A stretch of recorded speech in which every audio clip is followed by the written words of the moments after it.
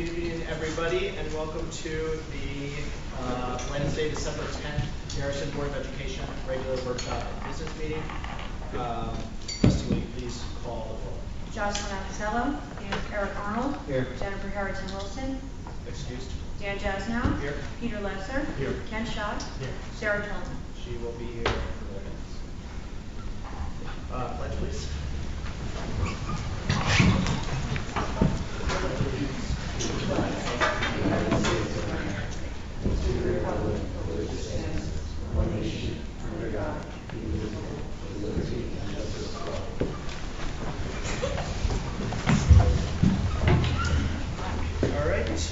Moving on to item 2, accept agenda and agenda changes. Do we have any proposed changes to the agenda tonight? Okay. May I have a motion, please? Be it resolved that the Board of Education of the Garrison Union Free School District hereby accept the agenda as presented. Motion, please. Second. All in favor? Aye. Opposed? Abstention? All right. Moving on to the exciting item of the night, the winter concert preview. Yeah, so we have a packed house. Thank you all for coming. We wish it was us, but we know what we're here to see. And so I have the privilege of getting to watch our band practice every day with Mr. Barone, and we want folks to come out on December 17th for a winter concert, and in order to incentivize you to come, we have a little preview this evening. So I'm going to kick it over to Mr. Barone with his wonderful band, and we're going to do a little preview of our winter concert.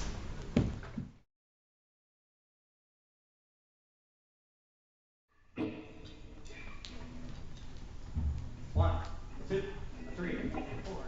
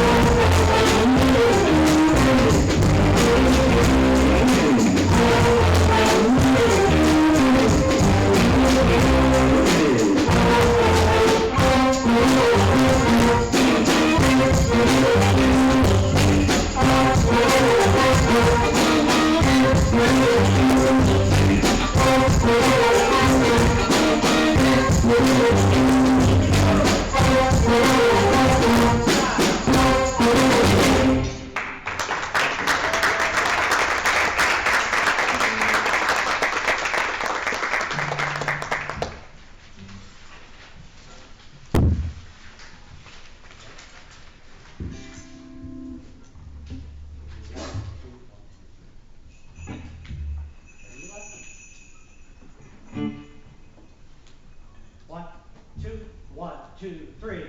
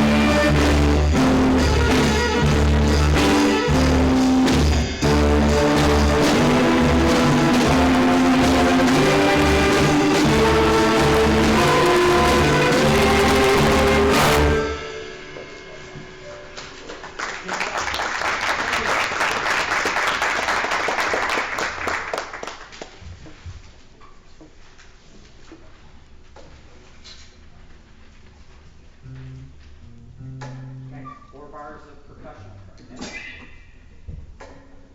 Okay. 1, 2, 1, 2, percussion.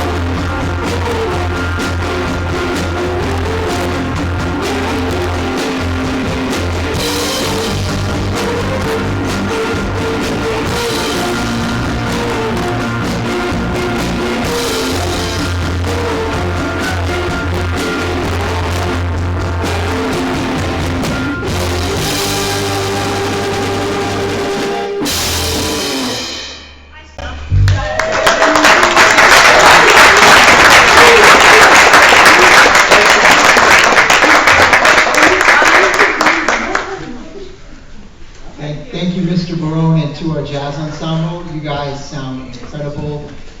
That's just a taste. If you want to see them with their full repertoire of music, come to the December 17th. You can also see our elementary band and our regular band and our elementary and middle school chorus. So thank you, families, for supporting our program. Mr. Barone, thank you for creating an incredible music program for us. And our students, they speak for themselves. Good job, everybody. We appreciate it. You're welcome to stay, but if you want, we'll give you a moment to file out. And thank you once again for doing this holiday shopping.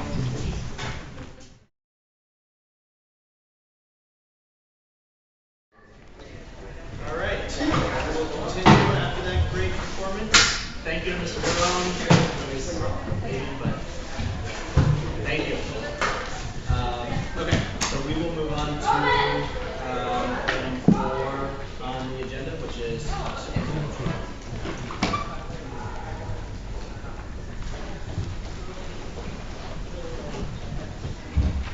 Okay, good evening, everybody.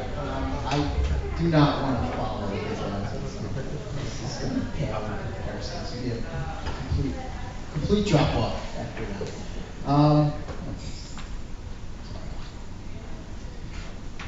First, I want to start off this evening, and what we do every couple of meetings is just give the community and the board an update on our capital projects.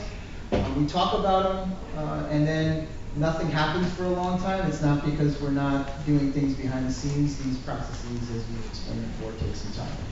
So as you recall, we've had 3 phases of our capital project. Our first phase was my first experience here, which is the emergency roof project. That was completed. Our second one is the gym roof replacement. This one has a long lead time only because we are waiting for a CREST grant, which they're promising and promising and promising, but until we get that money, we really can't extend it. But we believe we have made some movement there. We believe we are still going to hit our deadline of November of 2026, and we should get there. Our electric water heater, that has been an approved program. Already work has been done on it. That project should be completed around February. We're just waiting from some parts and supplies and things like that. But contractors have already been in here, disconnected the old one.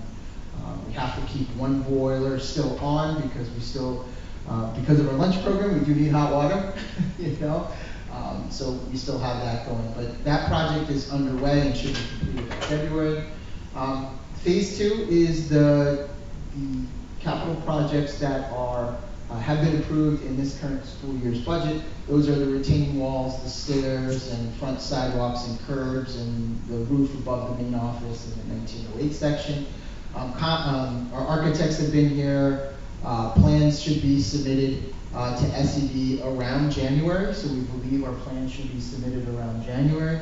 We're hoping there's good turnaround time at facilities and planning, which we believe there has been recently, so we're hoping that will be on schedule, and we will project some of the work to begin sometime in April for the roof above the main office, because those are outside, weather depending, and we believe that in July, this summer, we'll start doing some of the heavy demo and work on the retaining walls as well as the front stairs. So all that has to be done. So we're still on schedule, so nothing has changed in that area.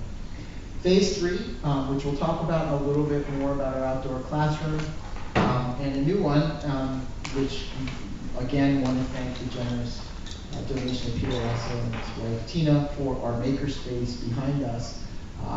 That project is well underway. I'll talk a little bit about it. But the improvements to the forest classrooms, I'll talk about a little more in my superintendent's report. But we're going to have some renderings to the board to consider for budget. Remember, this is for consideration, included in next year's school budget. And if that goes through, we believe around October of 2020. Is that 7, Joe? I Yes. guess there, if I recall. It's kind of hard to see here, but I'm remembering all these phases. 2027 is probably whatever we decide to do, if we decide to do it and the voters approve. October of 2027, either all or part of that project should be completed at that point. And our makerspace, we're on a kind of a rocket ship trajectory here. We're already starting to work with our architect. We'll talk this evening. We'll be We'll be asking for a resolution this evening for a contract with our architect to move forward with that, and plus a secret resolution that we have to do for environmental purposes. Our hope is, long story short, our hope is that project would begin and be completed sometime around July or August, and may be ready for September of next school year. So those are our three phases of the project. I'm happy to stop here in case any board members have any questions about our progress on our capital project. Greatly appreciate the update. I Yeah. think it's always helpful to hear what the current status is of these things, and just for you to remind us all the backlog that we do have, and to know that you guys are still on top of it. I don't have any questions. Anyone else? No? Joe and I will keep, every other meeting, unless there's really nothing else to report about, but periodically we will make sure we update not only the board, but also our community. I think it's important that they know that it may not seem like anything's happening, but it's a lot of hurry up and wait. But Joe's really on top of these things with our architects. So I want to thank Joe for all of his work on really managing these capital projects. We're very lucky to have Joe. They had as part of our a, team. the architect had a list of a couple of clarifying questions that they had to do for the engineering reviews, and it wasn't a big list, and they were able to answer those pretty quickly. So we're looking for the phase 2 projects to potentially get approved in January, and then we can get the bid packages and stuff together so that we can do construction in the spring and in the summer. If we are able to do the roofing under a best value contract, that might have to be bid, and then we could potentially do that in April. Great. Great. So the other thing I want to talk a little bit about, and I'll ask Peter to help me here, because he's chairing our outdoor classroom committee. Number one, I just want to thank a couple of people that are on the committee. I think it's really important. We have 2 board members, Peter Lesser, who chairs the committee, and Eric Arnold is on it, as well as Sarah Tormey. We also have a couple of our educators, Ms. Bucola, our environmental education teacher. We have Coulter Young, our art teacher. We have Mike McDonald, our administrator, that's part of this committee. And I also want to thank a couple of parent members, Carrie Hilbert and Susan Mounty and Annie Menace, who've been instrumental on getting some parent feedback in this committee. So we wrapped up yesterday with our 3rd and final meeting. We've had 3 meetings on October 14th, November 19th, and December 9th. We went through a process of trying to come up with ideas, come up with functionality, come up with what do we want to accomplish out there, how is it going to align to our curriculum. Talked a little bit about refining those ideas in the 2nd meeting, and in the 3rd meeting we were provided with a couple renderings. We kind of came up with kind of blended ideas of all the renderings, and what the architects will do now, the next steps are they're going to kind of take all of that, synthesize it into a final couple of renderings with some options and associated costs for us to consider, for the board to consider as potentially part as a capital project, transfer of capital in next year's budget for voter approval. They will do a presentation, public presentation at the February board meeting, and show costs associated with it, and any options we have to maybe break out those costs over multiple budget years. This is a big project, and we may want to think about breaking it out. So I'll kick it over to Peter if there's anything you'd like to add about our work. I'm sure I didn't do it justice. It was a lot of work, and I really want to thank our architects and our committee members. And Peter, thank you for chairing. No, it's a really fun thing to be part of, and I do agree the meetings were great. In CPL, I think the architects showed great listening skills and creativity, and they were also able to keep in mind the constraints and opportunities of working with the school. So I think they did a really masterful job of kind of bringing all this together, and we'll see, I think, even more of that synthesis in February when they come back.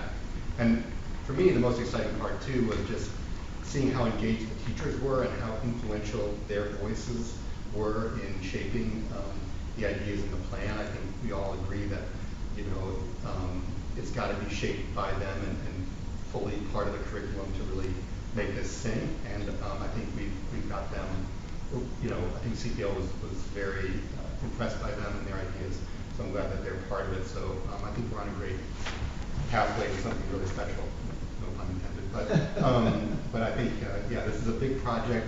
I do think it will reflect the values of the Garrison School and our hopes and dreams for our kids. So I think it's very exciting. Thank you, Peter. And those are actual renderings from a couple of the renderings that we did see. And it kind of gives you a sense of the direction the community is leaning towards. And we're really excited about the potential opportunity. A couple other things. One of the things that I did last year, and I think I'm going to do every year, is go and visit our high schoolers. Not only, I think, is it valuable, it's actually fun for them. Go visit them and see how they're doing, particularly our ninth graders. So currently we don't have any ninth graders at O'Neill, but I did go to visit our ninth graders and a couple of 10th graders at Putnam Valley. And one of the things, there was some reoccurring themes, and I just want the community to know this, because one is I wanted them to know, like, you're going to always be connected with Garrison, and we care very deeply about how you're doing and what you're doing and whatever we can do to support you. But we also want to get feedback from them about their experiences here, the good, the bad, the ugly. What are the things that are valuable that we should keep and hold dear, and what are some of the things that we could do a better job at preparing it. The other thing is I invited Mike McDonald and Christy Picola to come with me. They had some questions about our environmental education program. Everything we do is connected, and one of the things that we're doing right now is we have a committee on a 5-year environmental education plan. And one of the important components is to talk to our alumni about their experience previously here in our environmental ed. So we're able to also garner some feedback about their experiences here and to help inform our direction going forward. The feedback was pretty clear. Our students are thriving there. Like, they're happy. I can see it in their faces, the tone of their voices. They are, at all totals, whether Haldane, whether Putnam Valley, or last year when I was at O'Neill, they've said, we have prepared them well. And I think that's something that is a testament to our teachers, it's a testament to our leadership, but it's also a testament to this board about supporting the education programs that allow kids to find joy in learning and have the skills they need to be successful in high school. And they also shared that they have some lasting memories that stick with them. Whether it be Pumpkin and Turtle, or whether it be a trip to Six Flags, or whether it be some other mundane thing that happened that really stuck with them, they have fond memories here. And I think that's a testament to the culture that has been built here, and I think it's a point of pride that we should have. And I wanted to share that not only with this board, but I wanted to share it with their teachers, and I wanted to share it with their community. Lastly, I just want to talk a little bit about our modified winter sports kickoff. We haven't played a game yet. We have a girls basketball merged team with Haldane. We have 10 players, 3 are from Garrison. There's a 13-game season, so please come join us. The tip-off is at home on December 18th against Mechanical Hills. I will be there. A couple of our girls asked me today in art class when I saw them, are you coming to my home game? And I said, of course, and I'm going to make an announcement that everybody should come to their home game. The boys, we have 10 athletes. All but one of them are new to the basketball team, and so they've been practicing hard and learning plays, and they also have a 13-game season. Their tip-off starts on December 16th, also at home against Alexander Hamilton. So come out, support our boys and girls basketball team. They're really excited to begin their season. You heard this evening, we have our winter concert on the 17th, snow date on the 18th. We also have, just so everybody knows, don't send your kids to school on December 22nd through the 2nd of January. That's our winter holiday recess. And the last thing I will say is I just want to wish our Gus community a wonderful holiday season, a happy new year, and I want to thank them for all their support, supporting our students, supporting our staff. This community is wonderful, and may everybody have a joyous holiday season. And that concludes my superintendent's report, and I'm happy to answer any questions anyone may have. Great. Thank you very much, Greg. Any questions for Greg? Okay. Moving on to board president's remarks. I just want to first thank all the students, Mr. Barone, all the parents for coming out, for listening to the hours of practice on the parents' part, and for putting together such a wonderful concert. I think that's definitely the best version of Shake It Off I've ever heard, and I'm sure I'll be thinking about that all night. I also wanted to highlight so Greg and I went to a legislative forum just before Thanksgiving where there were representatives of many of the area boards, as well as Dana Levenberg, our state assembly member, Senator Rollison's chief of staff, and a number of other state legislators. And I think one common theme in that was just the general budgetary uncertainty that all the districts are facing. There was a lot of talk about the state funding formula, which still I think there are a lot of questions about how that is structured, whether or not it's going to be subject to some sort of comprehensive reform at some point, but also just the impact of the federal budgetary uncertainty and what the long-term impacts of that are going to be. So we are in a very strong financial situation, but I think just underscored that there are a lot of question marks as we head into another state budgetary season.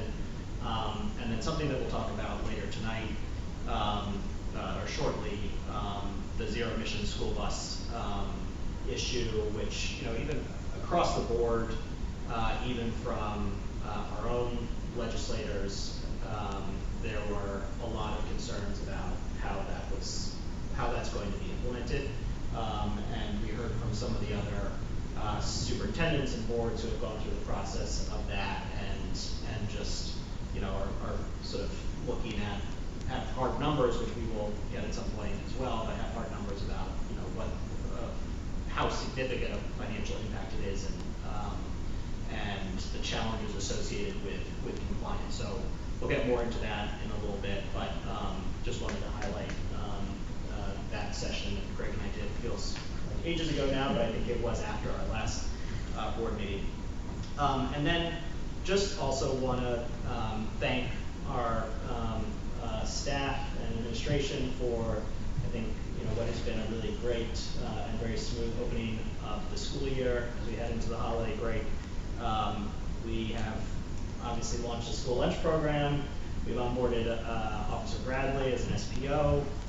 We have the school forest outdoor classroom initiative going on. We are well underway with this new makerspace and innovation center, and then obviously always doing sort of the daily work that our teachers and administrators do every day with the students in the building. So I just want to thank all of you, the whole community, all the staff, and the administration for what I think has been a very an excellent start to the school year, and for moving forward on a whole host of these initiatives that I think are very much aligned with what our collective aspirations are for the district. So thank you all, and looking forward to continued success in the second part of the school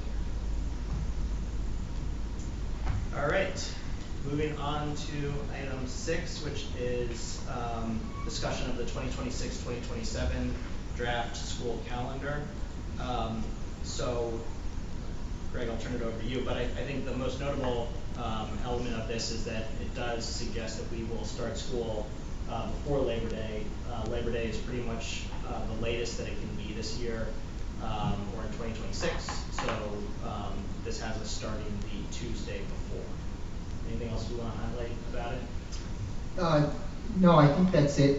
Again, this is a first draft. It's not an adopted budget. It's just for the board to consider. I will just tell you regionally, a lot of districts are starting before and a handful are starting after. And some districts are starting after Labor Day because of contract obligations with their teachers, some for other reasons.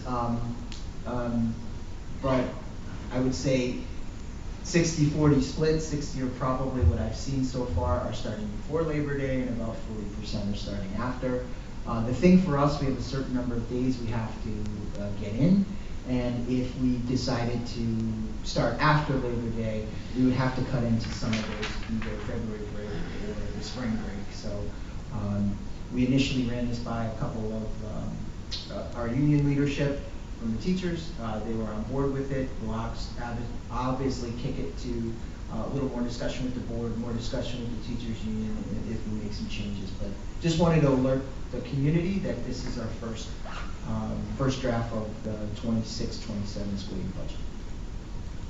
Do we know what our high school partners are doing? Yeah, I believe they're starting before right now. A couple of them haven't posted it because they haven't had this discussion yet. We've been sharing them back and forth. What I will say is this: even if a partner high school, for whatever reason, decides to start before, that's not a problem for us, or start after, I mean. We can still run our buses, whether we're in session or not in session. So we try to stay lockstep, but on those times where James O'Neill is closed or open and we're closed or open, we can run buses when we have to. So that's not problematic.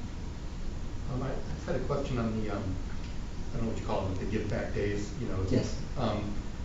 What is the thinking of starting with adding to the break like in May rather than starting with the end in June, giving back the half days in June as the first thing? The regents exams can happen, and scoring has to happen on the 23rd, 24th. So we try not to cut too much into regents days and regents scoring days at the end of the school year. And the challenge for us with this, Peter, is our usually you take it out of the spring recess. Our spring recess is pretty early. You can get some snowstorms in March, late March. Our thought was you first take the Memorial Day one first, and then we kind of go and we get at the 4/26, and then we start chipping away at the June ones, only because regents exams happen at the end, and scoring has to happen at the end too. Can you also speak to the date of the spring recess, because it is a little earlier than we usually do? Is that for a particular reason, or? Yeah, Easter is early. Good Friday is early. As you see, there's also a big difference between Passover and that break. And I will tell you what is consistent. Everybody's Easter break in the region is that week in March. Is that the same with February break too? Because my only concern here is just that there's not even 4 weeks of instruction in between the two, because there's a couple days off. So like if we were able to shift, Feb break a week earlier, that would be great. But Not everyone has February break. Yeah. Burgess will. Yeah, I think you'd run into issues with your teachers too, because there's And usually February break is historically has always been attached to President's Day, right? And everybody is off at that time, and to be off center, we're going to have issues with staff. We're going to have issues with those types of things as well. Plus, sports happens then too. So if you're off a different week than it messes up your sports schedule too. so I suppose moving Easter and Passover is not an option. I mean, there's a higher order we could kind of appeal to. I'm not so sure I have that direct line. Any other questions or comments about the schedule? So we will vote on this at some point? At some point. We don't have to do it now. I just wanted the board to think about it. Maybe if you hear from community members and concerns, continue to hear from teachers. I wanted to do it early, or at least have the discussion early, because of the Labor Day being so late, that if parents have to start to think about, like, camps are usually well over by then, and that's an extra week that you may have to think about it. So I want to just have the discussion now, so that when we start to think about adopting a calendar in January, February, people have a chance to give some feedback. Great. Okay, moving on to item 6B. So this is the discussion of the zero emission school bus study and approval of proposal. I think maybe before I read the recommended action, maybe it would be helpful just to talk through a little bit more about what the issue is. As I mentioned, I think this is something that, certainly we as a board, I think, is something that very much aligns with where we are as a district, being a, green ribbon school.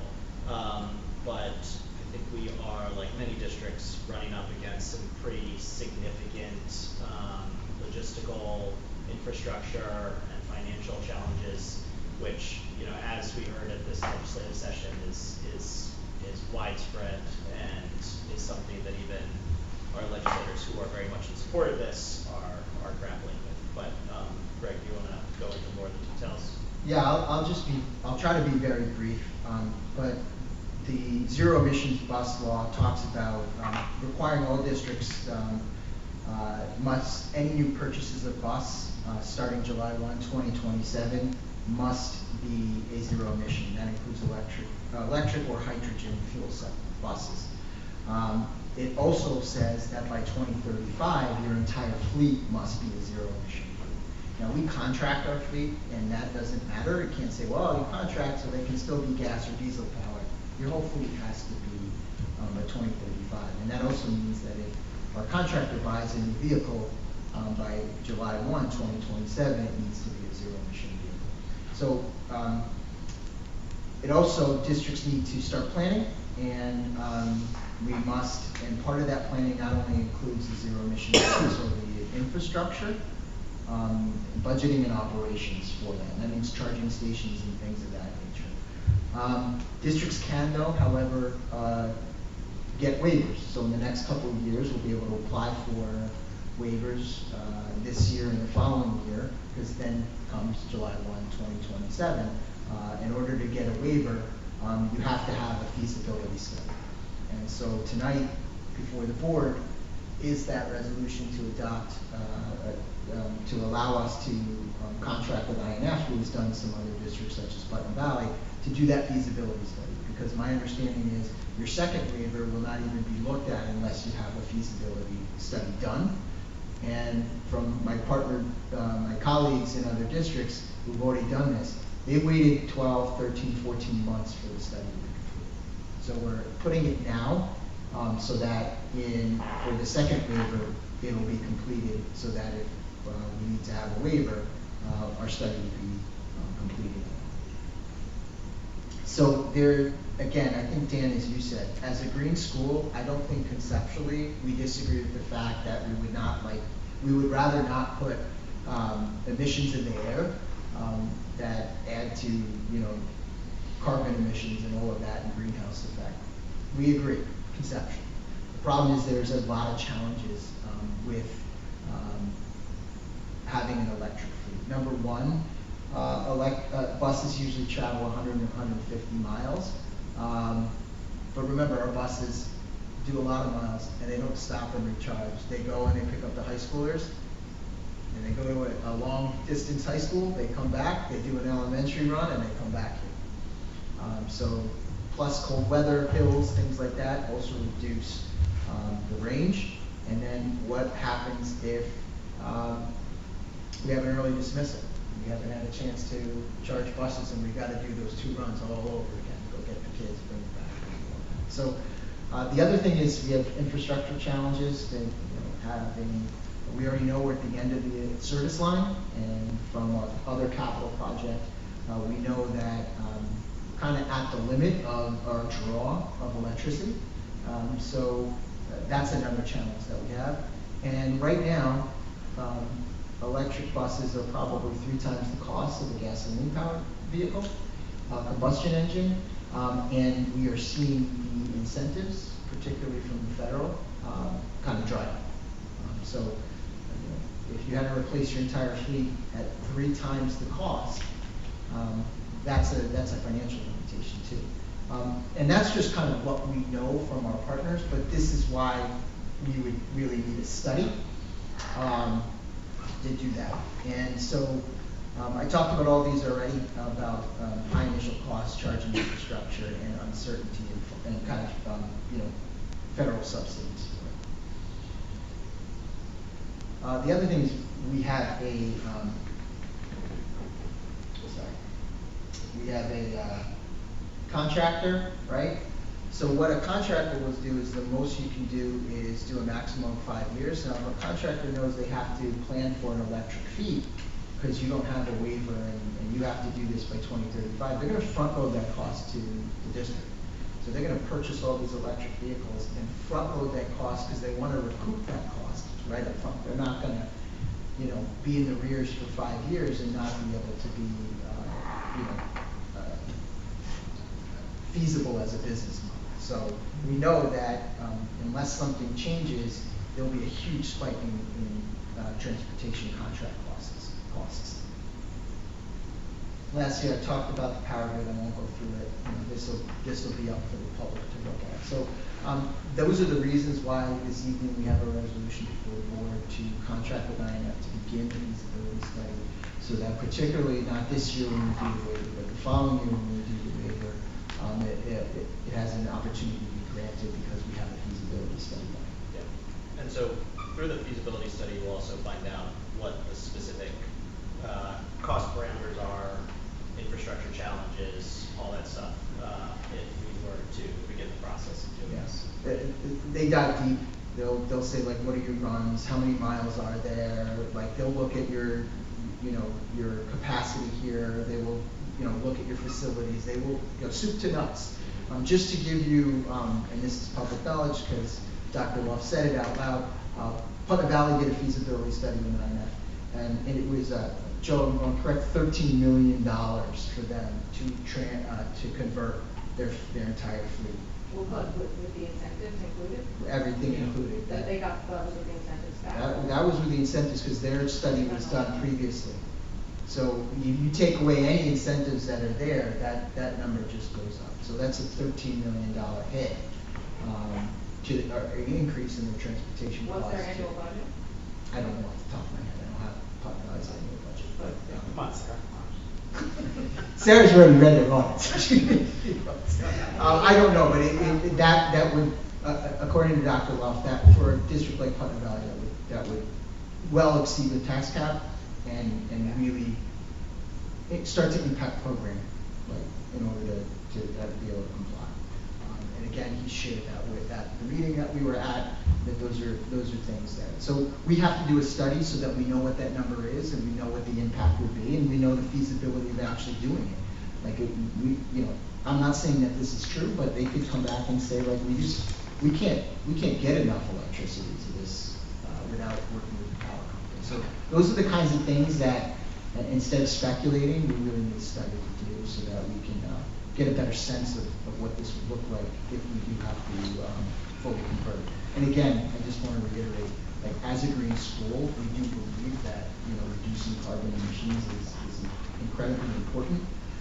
We just don't know if the technology and infrastructure, as well as the financial support, is there at this point, and that's why we need to study. 75% of the cost of doing the study is covered through NYSERDA. So NYSERDA pays INF the 75%, and then the district pays 25% of the cost, and that's what the contract that you see is the 25%. So they look pretty deeply into the utility company, the charging stations that you would need, what level of speed of charging you would need, how big the batteries would have to be in each vehicle, all that. And all of the incentives, they know that we would be most likely using a contractor, but the charging stations would be here, because that's the way we operate. So it's based upon all the vehicles that would have the Garrison parking lot as the home base. Will they they'll talk to the president, like talk about like what would be required additionally to build the infrastructure, including Yes. the transformer or whatnot on site, how that would work? Yeah, they would look at the capacity, the utility to get the power here, as well as what we would need to get it off the pole and into the vehicles to charge. Alex budget was 63 million. So that's a huge hit. And it would be very difficult for us as well, because there are no federal incentives of any significant amount for contract with transportation. It also just seemed like, from this legislative session, it sounded like people don't even think that people think that it'll be pushed back, the deadline. That- Someone has that- to blaze the trail. Yeah, And but- if any school's gonna try to do it, it's a winner school. I think we're too rural, though, is the problem, like, with how spread out. And that's why a study is a good idea. Yeah. I agree on, I mean, I wouldn't go headfirst in anything without a study anyway, even if we had money lying around, right? But I have two questions. One, does the study look at other possibilities such as, say, and I don't know if these exist, but like leasing the buses as opposed to owning them? Does it look at also, let's say for argument's sake, it's, you know, I mean, as it is, we know how much we spend on transportation right now anyway, and it's high for a district of our size. So does the district look at sort of ways that you could finance the purchase of buses over time where it wouldn't necessarily be that one-time massive, you know, purchase hit? I mean, obviously you still have to build the charging infrastructure, there's nothing you can do about that, but nobody says you have to walk into, the electric bus dealership and say, here's my money for 7 buses all at once, right? So, will the feasibility study look at ways of, where we can start saving now for that time in, say, a decade, where it might be feasible? There isn't necessarily a mechanism for us to put money aside in like a reserve for it, but what you can, if the district was going to contract with an operator and own the buses, then the district could borrow the notes on the buses for up to 10 years. That's part of the recent legislation. So that is a possibility, but, Would that be a bond issuance? it's, not exactly. It works similar to a bond issuance, but typically what it is it's kind of a note that's paid over five years is what's typically done for school buses, but the recent legislation with them realizing how much electric buses are, and they're gonna allow you to do it for 10. So, Joe, my understanding, a lot of districts that own their own fleet, they put it out as part of their budget vote as a separate proposition Yeah. to do that. So yeah, it's kind of getting a note out on, now it's 10, but it's like 5 years, and a lot of districts use that to cycle through a bigger fleet every year or every couple of years, put out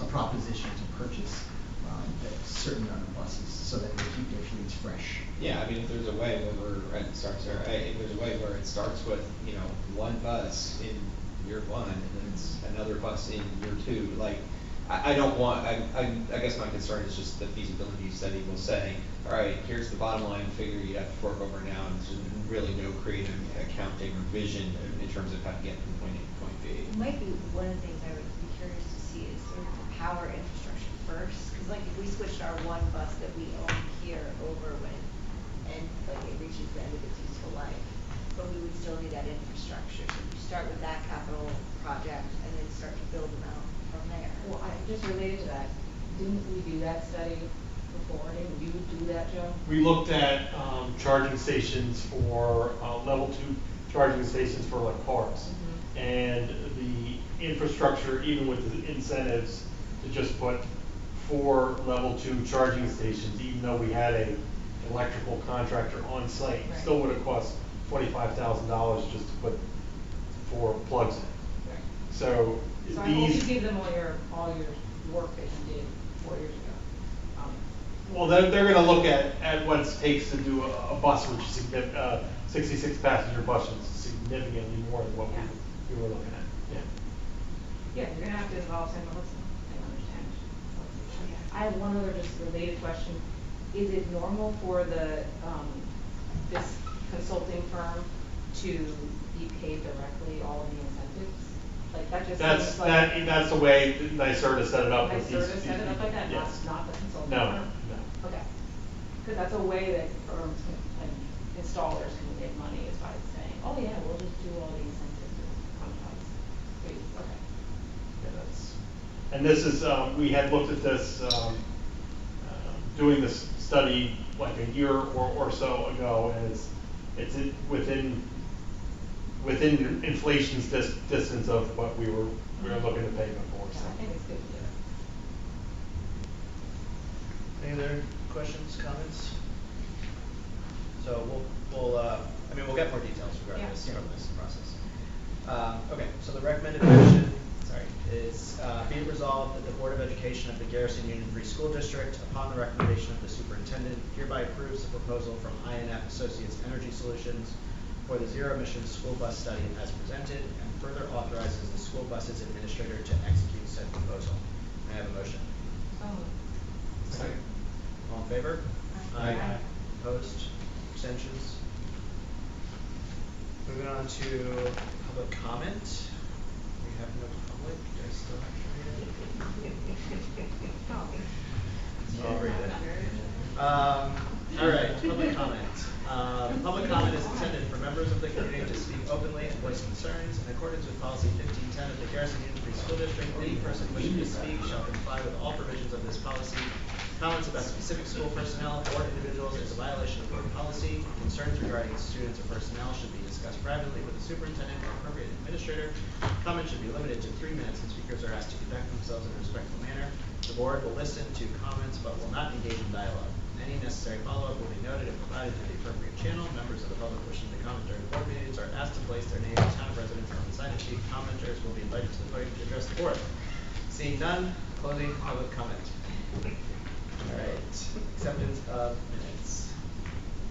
Item 8, be it resolved that the Board of Education of the Garrison Union Free School District does hereby accept the minutes of the regular workshop business meeting of November 12th, 2025 as presented. May I have a motion? Second. Any comments or questions on the minutes? All in favor? Aye. Aye.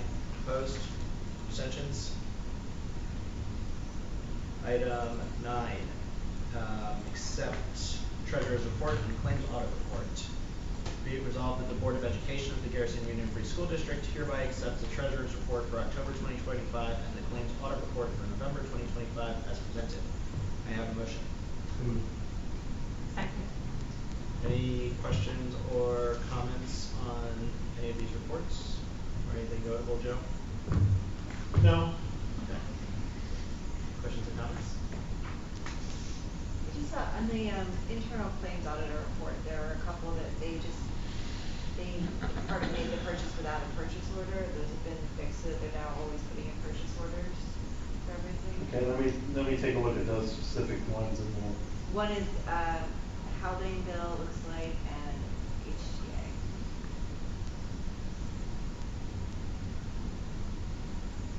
Yeah, the Haldane bill was a communications issue with the originator. We didn't, someone signed a contract for some training, but that was not communicated to the business office, and so we didn't have it in place ahead of time. And HTA, the contract needed to be board approved, but it wasn't, because it was missed from the agenda in the summer. So that's what those two were. So those have all been corrected. They just popped out because we've been so good. Your department's been so good about making sure purchase orders are in for everything. So, thank you. Yeah, but that's what those two are. Anything else? All in favor? Aye. Opposed? Abstentions? Item 10, committee reports. We have DEI committee report from Jocelyn. We met on November 20th. There were some administrators and teachers and community members there. It was a nice discussion. Heard from the teachers a lot about what they're doing in their classrooms, which is nice. That doesn't always get discussed in formal agendas. We're kind of like maintaining status quo with DEI work, which, I mean, personally, it's a little bit disappointing, but I think it's the way that the temperature feels like, given the national kind of feeling around this type of work. But our school is doing a good job of trying to maintain its programming. Doing again another community book read that'll really involve the elementary school students in reading some great books by the author Matt D'Artagnan. And we discussed a lot of other ways to maybe kind of amp up some of our kind of integration with other high schools or other community members, so maybe working with the Haldane Cultural Club, doing some other assemblies. We've got great clubs in the school that are really DEI adjacent, I would say, not necessarily doing anything explicitly related, but are at least maintaining the theme. And then hopefully International Week, which is at the end of January, we'll be able to maybe ramp up something a little bit more kind of more than just the potluck supper, but maybe a little bit something more intellectual around studying some of the cultures and countries. And Greg, anything else that? No, I think you said it well, and I think, you know, our teachers there's a lot of cultural work that is done to create a sense of belonging here, and a sense that when kids read something or do an activity, they see themselves in that. And also, because we're not that diverse of a community, yes, we have diversity, we also make sure to go out our ways to give our kids experiences in materials and videos and books that maybe also show an underrepresented population, so that our kids have exposure to that as well. So those are not the things that you see as a major culminating event, but it's something that we hold very dear, and we believe it's important. And I think sometimes that's the most important work, is the foundational work that you do to ensure that every kid, no matter their background, feels heard, feels welcome, feels supported, and then those for underrepresented communities, a spotlight is shown on them in positive ways. So I think that work is a testament to Allison and the teachers, and that really, to me, really lives up to our VOG, for sure. Yeah, it's great hearing about all that from the teachers and the committee. So next meeting is in February.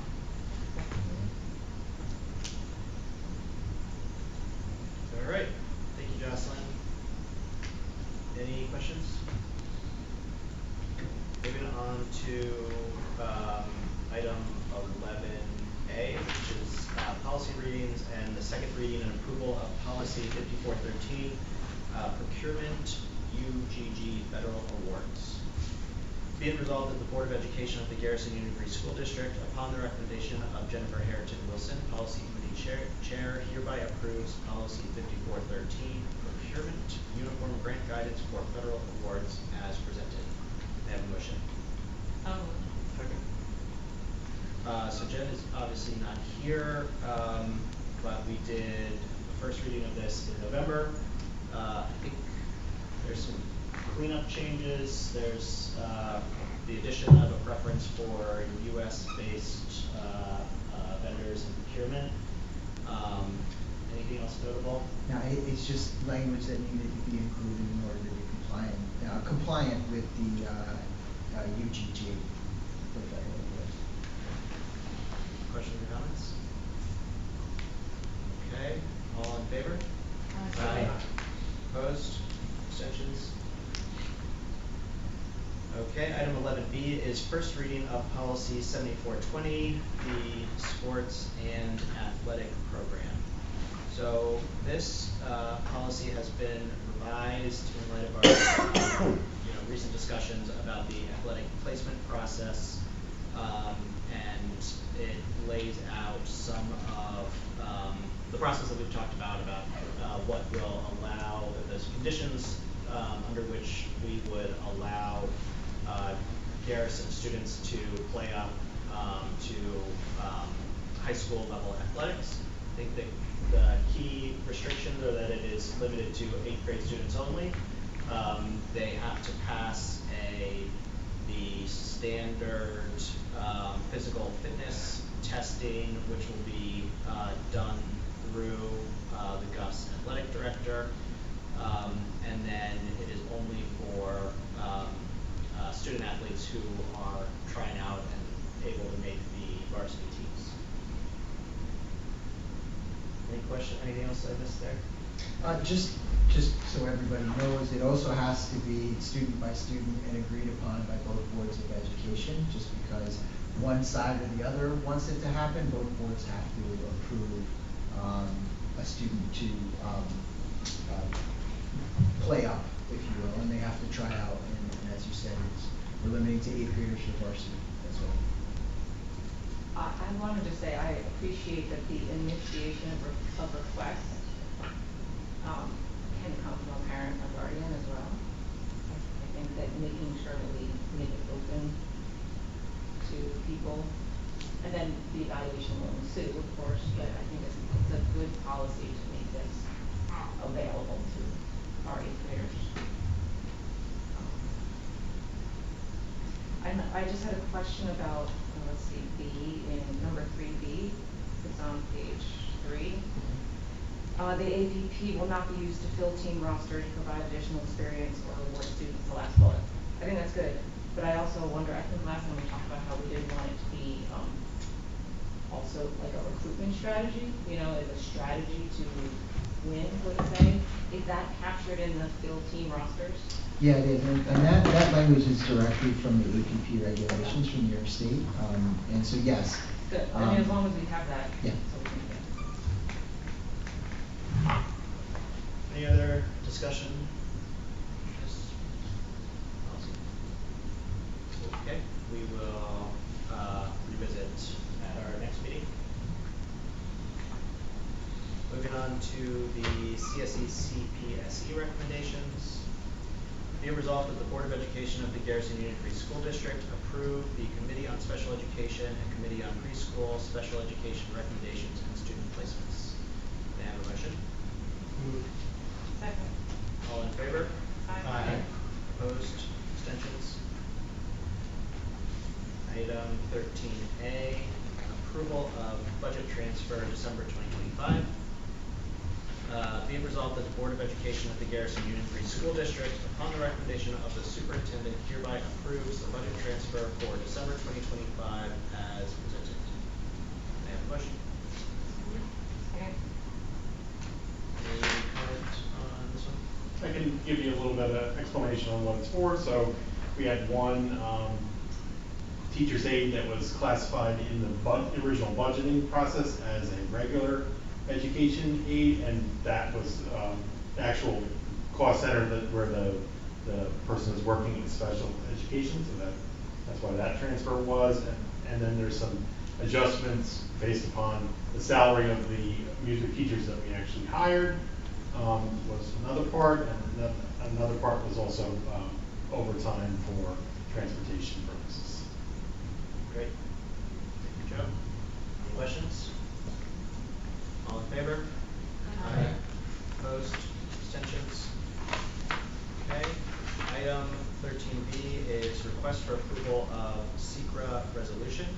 So this resolution is required in order for us to proceed with the makerspace, which will be right behind me. And this will then allow us to submit to state ed. Building, state ed facilities planning, yeah. Great. I have to read this long blurb. But any questions before I begin this process? The secret process? Okay. All right. Be it resolved that the Board of Education of the Garrison Union Free School District hereby approves the following secret resolution. Whereas the Board of Education of the Garrison Union Free School District has proposed to undertake a project consisting of makerspace e-music laboratory renovations in the Learning Commons, the project, and whereas the Board wishes to fully comply with its obligations under the State Environmental Quality Review Act and the regulations thereunder, SECRA, with respect to the proposed action, in its capacity as the agency, and whereas the Board has carefully considered the nature and scope of the proposed action, and whereas upon review of the foregoing, the Board makes the following determinations. The proposed action involves the renovation of existing interior space in the Learning Commons to create a makerspace e-music laboratory in the existing area. The project specifics include renovations to HVAC equipment, ductwork, electrical wiring and lighting, partition walls, glazing, and doors and hardware. 2, the board hereby declares the district as the lead agency for purposes of SECRA associated with the project. 3, the interior renovations to the learning commons are to be performed to cause the least change or disturbance practicable under the circumstances. 4, the interior renovations do not create substantial changes in an existing facility or structure within the meaning of 6 NYC RR 617.5 C1, and or alternatively the replacement, rehabilitation, or reconstruction of a structure or facility in kind within the meaning of 6 NYC RR 617.5 C2. The proposed action, 5, the proposed action will in no case have a significant adverse impact on the environment based on the criteria contained in 6 NYC RR section 617.7C and is not otherwise a type 1 action as defined by 6 NYC RR section 617.4. 6, the proposed action is a type 2 action within the meaning of 6 NYC RR 617.5 and is therefore not subject to review under SECRA and the regulations thereunder. Now therefore be it resolved that the board finds and concludes that the proposed action is a type 2 action within the meaning of 6 NYC RR 617.5 and therefore is not subject to review under SECRA and the regulations thereunder. Dusty, will you please call the roll? Jocelyn Epsteller. Aye. Eric Arnold. Aye. Jennifer Harrington Wilson is excused. Dan Jesno. Aye. Peter Lesser. Abstention. Kent Schott. Aye. Sarah Turner. Aye.